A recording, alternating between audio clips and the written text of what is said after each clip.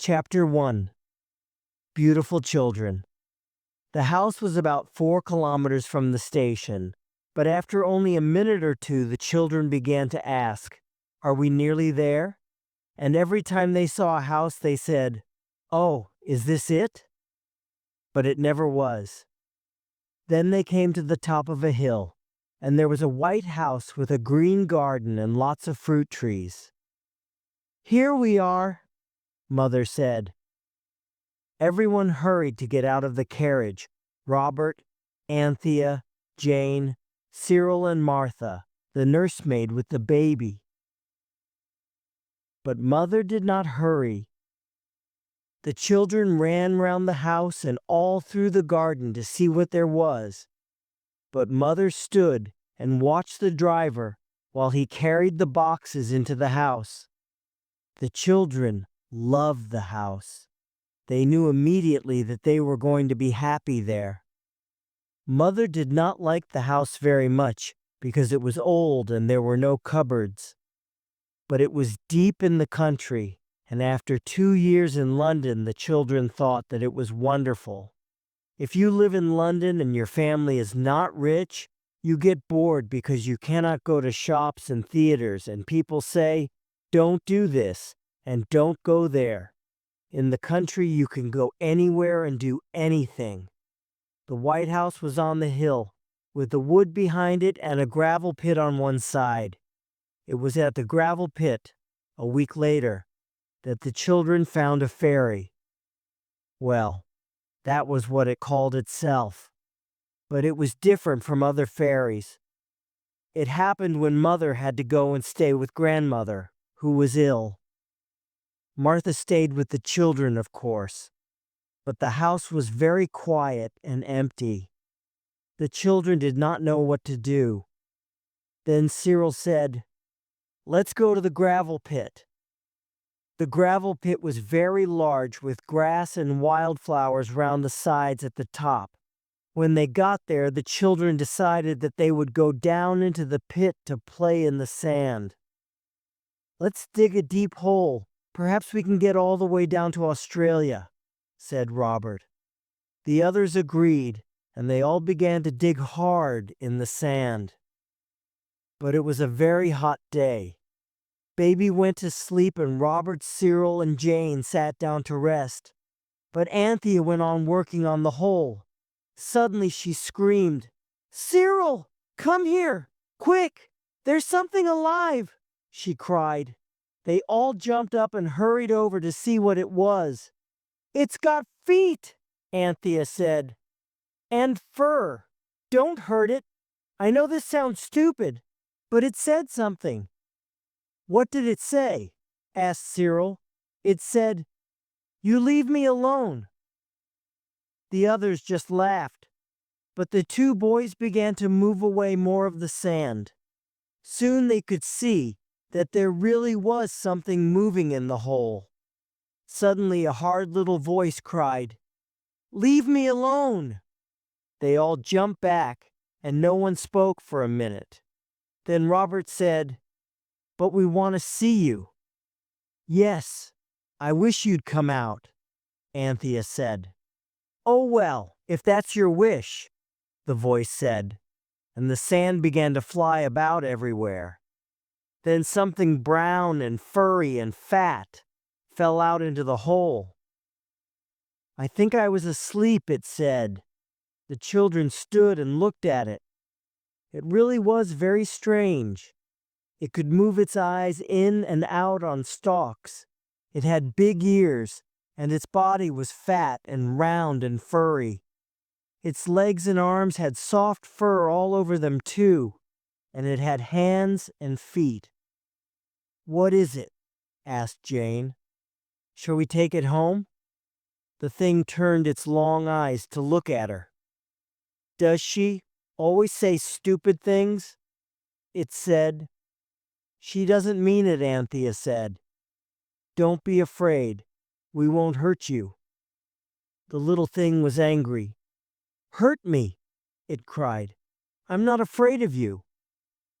"Oh, don't be angry," said Anthea kindly. "Tell us who you are." We really don't know." "You don't know?" it said. "Don't you know a Psammead when you see one?" "A Psammead? What's that?" Jane said. "A sand fairy, of course. Don't you know a sand fairy when you see one?" It looked very unhappy, and Jane said, "Of course. I can see that you're a sand fairy now." And Robert said, "Well, I didn't know that you were a Psammead, but I can see that you are something very wonderful. Please talk some more to us." The Psammead looked a little happier when it heard that, and it said, "Well, you can talk to me, if you want to. Perhaps I'll answer you, and perhaps I won't. Now say something." At first the children could not think of anything to say, but then Robert asked, "How long have you lived here?" "Oh, thousands of years," the Psammead answered. The children waited, but the Psammead was silent. "Please tell us more," Robert said. "Well, all right then," the Psammead said. "There were lots of us then," it went on. "People sent their children out to look for Psammeads, and when they found us, we gave them a wish." "What happened to all the Psammeads then?" Robert asked. "Well, if they get wet, they get ill, and they usually die, and that's what happened. Most of them got wet and died. And I'm not going to tell you another thing." "Oh, just one more question, please," said Robert. "Do you give wishes now?" "You've had one," said the Psammead. "You wished to see me, and here I am." "Oh, please, just one more," Anthea cried. "Well, all right, but be quick. I'm tired of you. It is very difficult to think of a really good wish in just a second or two." Then Anthea remembered a wish of hers and Jane's. She knew that the boys wouldn't like it, but it was better than nothing. "I wish we were all very, very beautiful," she said. The Psammead pushed out its long eyes and got bigger and fatter, and the children waited. Then it said, "I'm sorry. I haven't done this for a long time. I'll try again, but I can only do one wish a day for you. Do you agree to that?" "Yes, oh yes," the children cried. "But remember, the wish is only for a day," said the Psammead.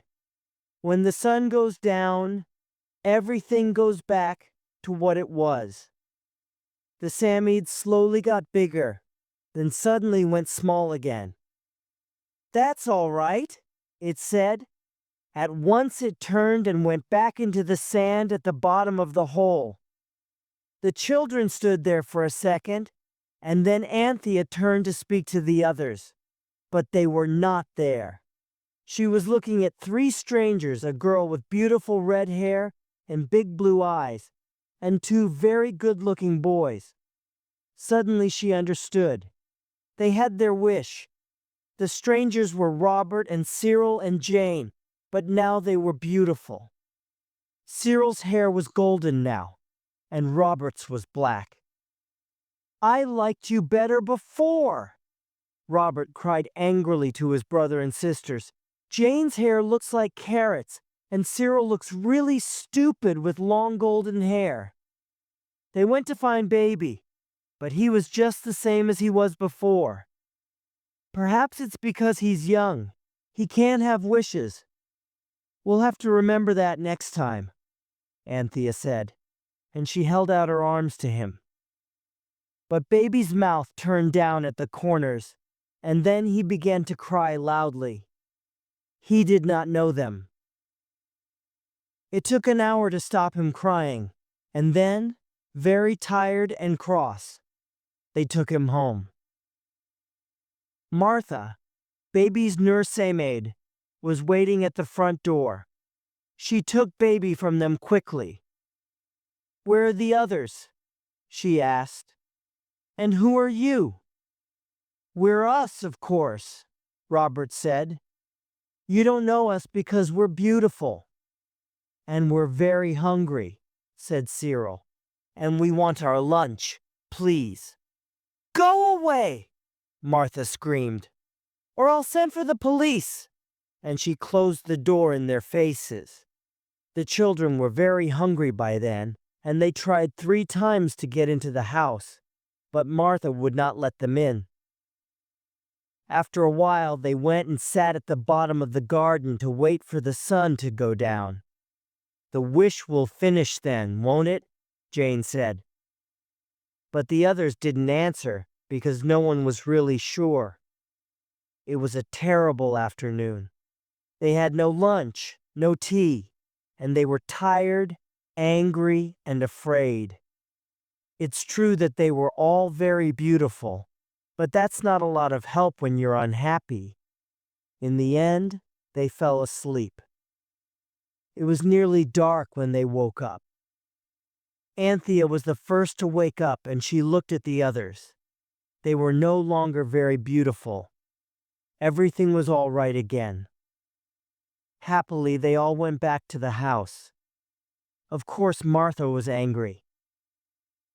"Where have you been all day?" she cried. It is not easy to explain a Psammead to an angry nursemaid, so the children didn't try. "We met some beautiful children and we couldn't get away from them until it was nearly dark," Anthea said. "They were terrible, and we never want to see them again, and they never have." Chapter 2. The children wished to be rich.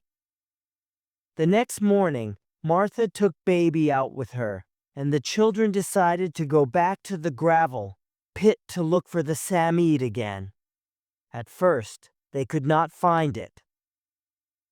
"Perhaps it wasn't really here," Robert said. But they began to dig into the sand with their hands, and suddenly they came to the brown furry body of the Psammead. It sat up and shook the sand out of its fur. "How are you today?" Anthea asked. "Well, I didn't sleep very well, but thank you for asking," the Psammead answered. "Can you give wishes today?" Robert said. "Because we'd like to have 2, if we can. But 1 is a very little wish." "Well, all right," said the Psammead, looking at Robert with its long eyes. "Let's have the little wish first." "Martha mustn't know about the wishes," Robert said. "I mean, she mustn't see anything different about us. And can you do that for every wish on every day?" The Psammead went a little bigger, and then went small again. "I've done that," it said. "It was easy. What's the next wish?" "We wish," said Robert slowly, "to be very rich." "How much money do you want?" asked the Psammead. "It won't do you much good, of course," it said quietly to itself.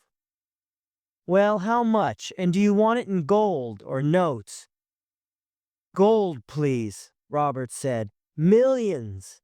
"A full gravel pit, all right," said the Psammead, sounding bored. "But get out before I begin, or you'll die underneath it." Its thin arms got very long, and it began to move them about. The children were afraid, and ran as fast as they could up to the road. When they were there, they turned to look back. They had to close their eyes and open them again, very slowly. The gravel pit was full, right up to the top, with new, shining, gold coins. The children stood with their mouths open, and no one said a word. Then Robert took one of the coins in his hand and looked at it. "It's different from English money," he said. "Well, it doesn't matter. It's gold," said Cyril. "Don't forget that it will all go when the sun goes down. Come on, let's put as much as we can in our pockets and go and spend it." So they all put gold coins in their pockets and went off to the village. But the gold was heavy, and soon they were very tired and hot. They decided to get something to drink in the village, and then go on to the town of Rochester. Cyril went into the shop and the others waited outside. But when Cyril came back with a bottle of lemonade, he said, "I had to pay with my real money." When they saw all the coins, they wouldn't change the gold. "Well, 171 try to get something with the gold," Anthea said. "We need a horse and cart. Come on." Anthea went to talk to a man who had a horse and cart, and the others waited. After a few minutes she came back, looking very pleased with herself. "I wasn't stupid like Cyril," she said. "I only took out one coin, not all of them, and the man said he'll drive us to Rochester and wait for us." On the way to Rochester, they did not speak. They were making plans about how to spend their gold, and they did not want to talk in front of the driver. But when they arrived in Rochester, with about 1,200 gold coins in their pockets, they found that it was very difficult to spend them. Anthea tried to buy a very nice hat, but the woman in the shop looked very strangely, first at the gold coins, then at Anthea. "I can't take that," she said. "It's not modern English money." They went from shop to shop, but no one wanted to take their gold. "It's because our hands are dirty and we look untidy. People think we've stolen the gold," Anthea said. And it was worse when they tried to buy a horse and carriage. Cyril showed the man his gold, and the man called to his son, "Send for the police." "It's our money," said Cyril angrily. "We're not thieves." "Where did you get it from then?" said the man. "A sand fairy gave it to us," said Jane. "He gives us a wish a day, and they all come true." The man shook his head slowly. Oh dear," he said, "stealing, and then telling stories about it." Just then a policeman arrived, and when he heard about the gold, he said to the 4 children, "Come with me. I'm taking you to the police station." The children were angry and unhappy, but the policeman walked along the road behind them, and they couldn't escape. They held their heads down because they did not want anyone to see them, and suddenly Robert ran into someone. "Robert, what have you done now?" a voice cried. "It was Martha and Baby." The policeman explained everything to Martha, and Cyril had to take the gold out of his pocket and show it to her. "I can't see anything, just 2 very dirty hands," she said. "There's no gold there. What are you talking about?" And then the children remembered that Martha couldn't see the wishes. It was getting dark when they arrived at the police station. The policeman explained about the gold, and the inspector said, "Well, let's see it." Cyril put his hands into his pockets, but they were empty. The others put their hands into their pockets. They were empty too. Of course, all the fairy gold went when the sun went down. "How did they do that?" cried the policeman. Martha was very angry with him. "I told you that there wasn't any gold," she shouted. "You'll be in trouble for this, saying that these poor little children are thieves." But she was very angry with the children too. "What were you doing in town alone?" she said to them outside the police station, and she took them home and sent them to bed early. Chapter 3. Wings. The next day was very wet. It rained all day and the children could not go to see the Psammead. They stayed at home and wrote letters to their mother, but none of them told her about the Psammead. And the day after that, their Uncle Richard came and took them out, so they did not see the Psammead for 2 days. But Anthea spent a lot of time thinking about what to wish for. The next morning, While Martha was busy with baby, the children left the house quietly and went to see the Psammead. On the way, Anthea said to the others, "I know what we can ask for wings." The others were silent for a minute, but then they all agreed that they too would like to have wings. They found the Psammead easily. "I wish we all had beautiful wings to fly with," Anthea said. The Psammead made itself very big and then went small again. The children felt strange for a minute, and when they looked, they saw that they had beautiful soft wings of many colors. They moved them about and jumped up and down, and soon they could see the green fields and sunny woods below them and the blue sky above. They could fly. It was wonderful, and they flew over the woods and trees, the towns and villages for a long time. But they began to get hungry. Just then, they saw below them some trees full of large red plums. "We mustn't steal," Cyril said. "We've got wings," Jane answered quickly. "So we're birds. It's all right for birds to take things. Birds can't steal." So they flew down onto the trees, and they ate as many of the plums as they could. They were finishing the plums when they saw a very angry little fat man who was hurrying through the trees. They were his plums, and the poor man thought that boys from the village were stealing them.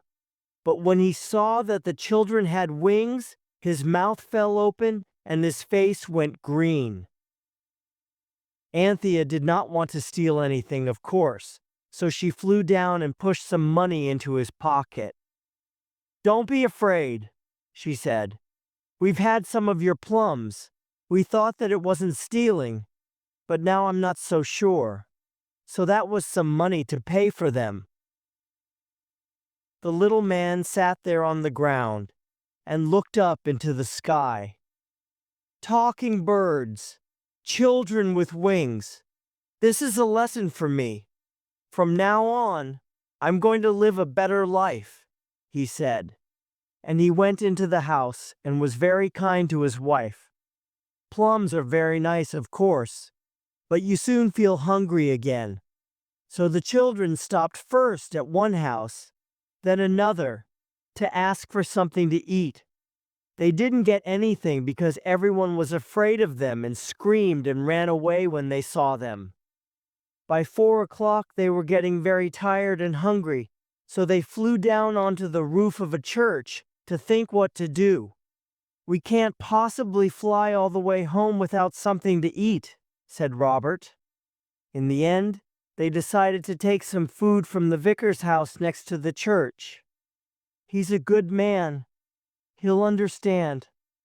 We'll leave some money for the food," Cyril said, "and a note saying that we're sorry." Cyril got in through the window and gave the food to the others who were outside. There was some cold meat, half a cold chicken, some bread, and a bottle of soda water. Then they all flew back up onto the church roof to eat it. They were very hungry, so they really enjoyed it. But when you are very hungry, and then you eat a big meal, and sit in the hot sun on a roof, it is very easy to fall asleep. And so they did while the sun slowly went down in the west. They slept for a long time. When they woke up, it was dark, and of course they had no wings. "We must get home," Cyril said. "There's a door over there. That's the way down." But when they tried the door, they found that it was locked from the other side. They were on top of the church and they had no wings. How were they going to get down? Anthea put her arm round Jane, who was beginning to cry. "It will only be for one night," she said. Then Cyril said, "I know. Let's shout. The lights are on in the vicar's house. Someone will hear us and get us down." So they shouted and screamed as loudly as they could, and the people in the house heard them. The vicar, ran out with his servant. "Someone is murdering somebody in the church," the vicar said, afraid. "Perhaps it's the thief who stole the cold chicken and things." But they could not understand why the voices were coming from the sky. So the children shouted, "We're up here on top of the church." The two men were still afraid, but slowly and carefully they went up the stairs inside the church. When they came to the top, the vicar shouted through the closed door, "How many of you are there? Have you got guns?" "There are 4 of us, and no, we haven't got guns," Cyril answered. Slowly, the vicar opened the door. "Good heavens!" he cried. "They're children!" "Oh, please take us down!" cried Jane. So the vicar and his servant took them down and into the vicar's house. Of course, the vicar wanted to know why the children were on the church roof. "We went up there because we wanted to see what it was like," said Cyril. "But then we couldn't get down again because the door was locked." He didn't say anything about the wings, of course. "But who locked the door?" the vicar asked. "We don't know," Jane answered. "But we're not telling you everything." "Ah, there's a friend in it then," said the vicar's servant man, who was called Beale. "Yes, but we can't tell you about him," said Anthea, thinking of the Psammead. "We really are very sorry, and please can we go home now?" The vicar still did not understand, but he was a kind man, so he sent the children home in a carriage with his servant. Martha, of course, was very angry with them, but Mr. Beale explained everything very well. He was a good-looking young man with a nice smile, and after a while Martha forgot to be angry, so the day ended happily after all. Chapter 4. Bigger than the baker's boy. The next morning, Martha said that the children could not go out. "You can stay in and be good," she said. "There's something that we all want," said Robert. "Can I just go out for half an hour to get it?" And Martha, who was really very kind, said that he could. Of course, they all wanted the day's wish. So Robert hurried to the sandpit. The Psammead was waiting for him, but when Robert tried to think of a really good wish, he couldn't, and the others were not there to help him. "Hurry up," the Psammead said. "I can't wait all day." "Oh dear," Robert said. "I wish that we didn't have to come here to get our wish." "Oh, don't!" But it was too late. The Psammead was already making itself big. "There," it said. "That wasn't easy, but I've done it. You don't need to come here to have your wish." Robert thanked the Psammead and then hurried back to tell the other children. "We must wish for something really good tomorrow," he said. The next morning, they thought and thought, but they couldn't think of a really good wish, so they decided to go to the gravel pit. Suddenly, they saw a baker's boy who was coming along the road with his basket of bread, and they decided to play a game with him. "Stop!" cried Cyril. "Your money or your life!" shouted Robert, and they stood on each side of the baker's boy. The baker's boy, who was tall and large, was not very interested, and he pushed them both away. "Don't be stupid," he said, but Robert pushed him back and knocked him over. The bread fell out of the boy's basket and went all over the road. The baker's boy was very angry. He hit Robert and they began to fight. But the baker's boy was much bigger and stronger than Robert. He was also not a nice fighter. He pulled Robert's hair, kicked him on the leg, and hit him hard in the stomach. Then he picked up his bread, put it back in the basket, and went on his way. Cyril wanted to help Robert, but the girls held his arms and stopped him. So Cyril was angry with the girls, and everybody was unhappy. They went along to the gravel pit, and Robert began to kick the sand angrily. "I'll teach that baker's boy a lesson one day," he said. "I wish I was bigger than him." Just then they saw that the Psammead was sitting behind them and was watching them. The next minute, Robert had his wish. He was bigger than the baker's boy. Much, much bigger. He was now more than 3 meters tall. He was not pleased because he looked very strange next to the others who were still small. The others felt sorry for him then and asked the Psammead for another wish. But the Psammead was very cross and unhelpful. "Why don't you think before you wish?" it said. "He's a wild, noisy boy, and he can stay like that for the day. It will do him good. Now go away and leave me alone." The others turned back to their enormous brother. "What are we going to do?" they asked. "First," said Robert, "I'm going to get that baker's boy." And because he had very long legs, he arrived at the bottom of the hill long before the baker's boy, who was stopping at the houses along the road to leave the bread. Robert hid behind a haystack and waited for the boy. When he saw him coming, he jumped out from behind the haystack, and the baker's boy's mouth fell open in surprise. Then Robert took hold of him and put him on top of the haystack. "Now get down from there if you can," Robert said.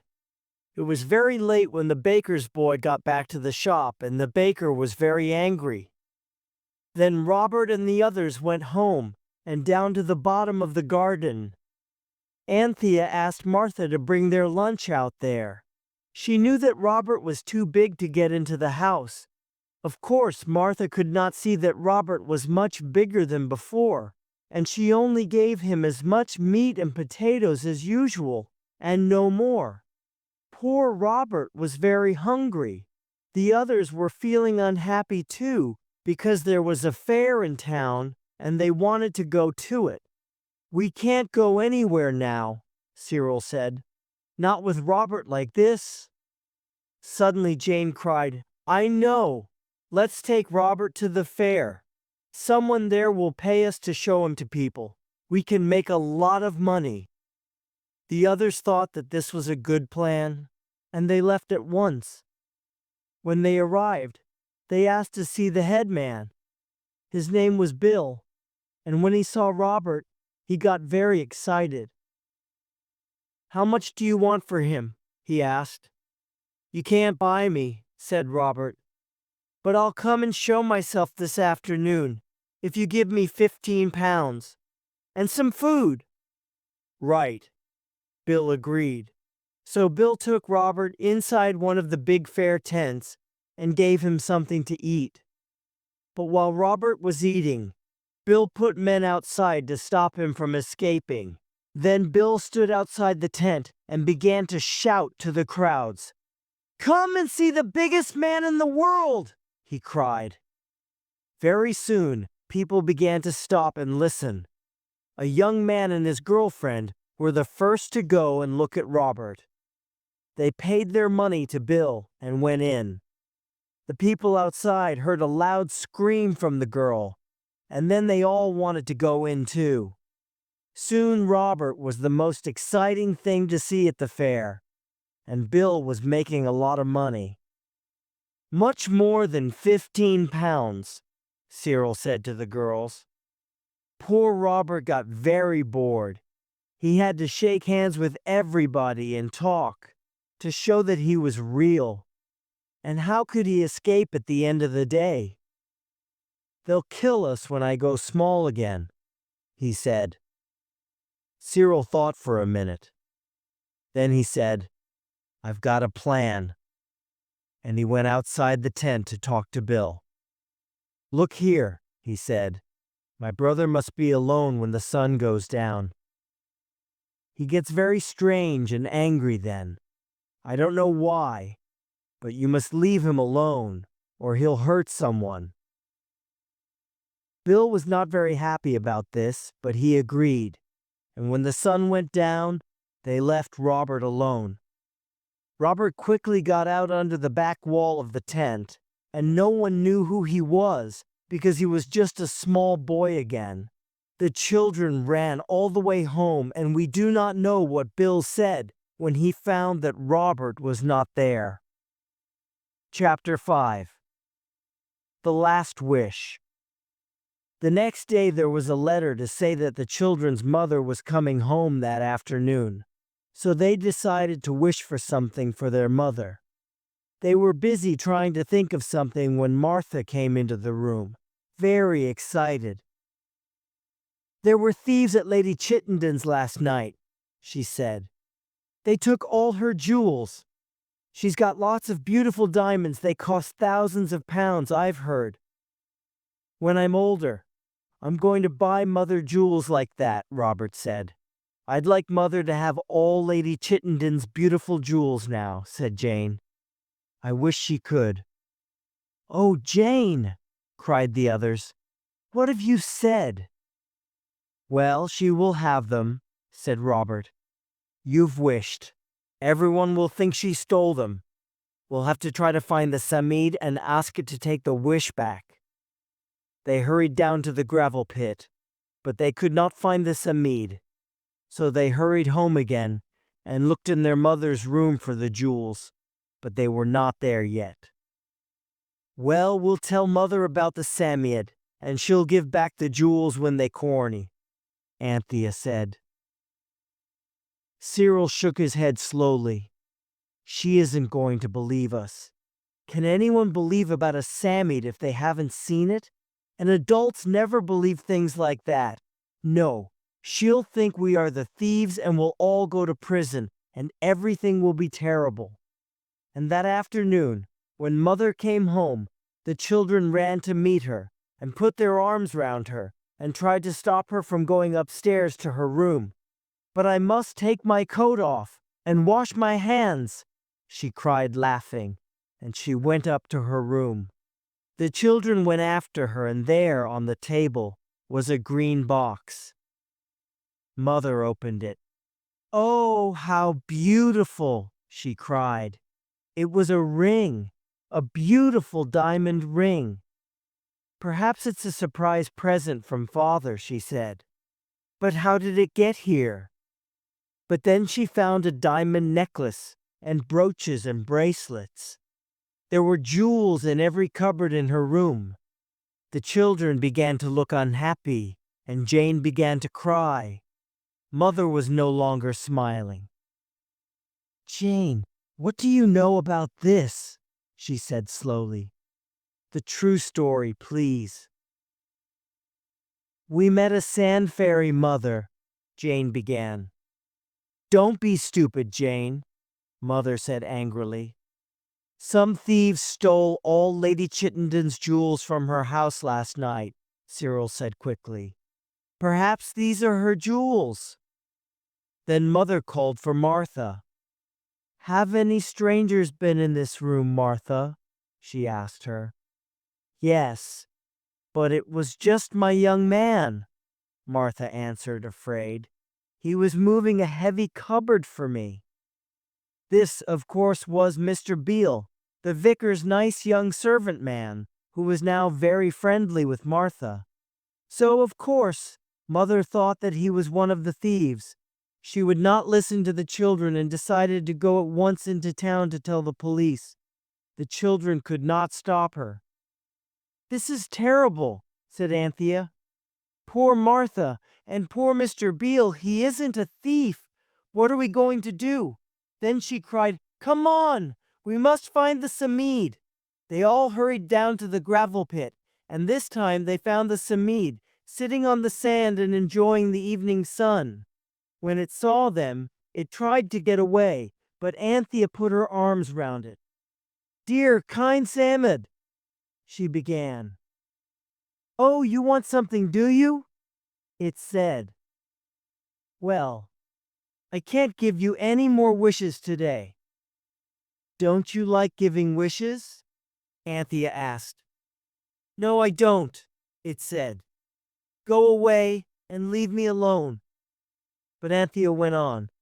Listen, she said. If you do what we want today, we'll never ask you for another wish. I'll do anything for that, it said.